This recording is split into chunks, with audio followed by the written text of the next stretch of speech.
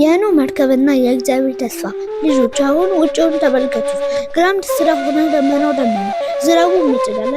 ታዲያ ዝናብ ሲጥል እግዚአብሔር አምላክ ምድርን እንስሳትን እንደሚመግብ እናስባለን። ነገር ግን ከብዙ ዘመናት በፊት በዓለም ላይ አንድ በጣም አስደናቂ ዝናብ ጥሎ ነበር። በዚያን ዘመን ሰዎች ክፉ ስራቸውን በመከተላቸው እግዚአብሔር ምድርን በውሃ ሊያጠፋት ወሰነ። ነገር ግን እግዚአብሔር አምላክ የሚወድና የሚታዘዝ ኖህ የሚባል አንድ ደግ ሰው ነበር። እግዚአብሔርም ኖህ ትልቅ መርከብ እንዲሰራ አዘዘው። ኖህም ታዞ መርከቡን ሰራ። እሱም ከቤተሰቡና ከተለያዩ እንስሳት ወደ መርከቡ ገቡ።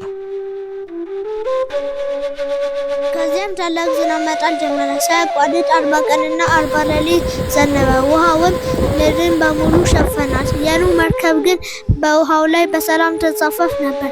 እግዚአብሔርም በመርከቡ ውስጥ ያሉትን ሁሉ በሰላም ጠበቃቸው። ዝናቡ ቆሞ ውሃው ሲጎል ኖህ አንዲት ርግብ ላከ። ርግቧም በክንፏ የወይራ ቅጠል ይዛ በመምጣት አዲስ ሕይወት መጀመሩን አበሰረች። እግዚአብሔር ለእኛ የሚያገባልን ቃል ኪዳን ታማኝ ነው። እስካሁን ድረስ አብራችሁን ስለቆያችሁ እናመሰግናለን።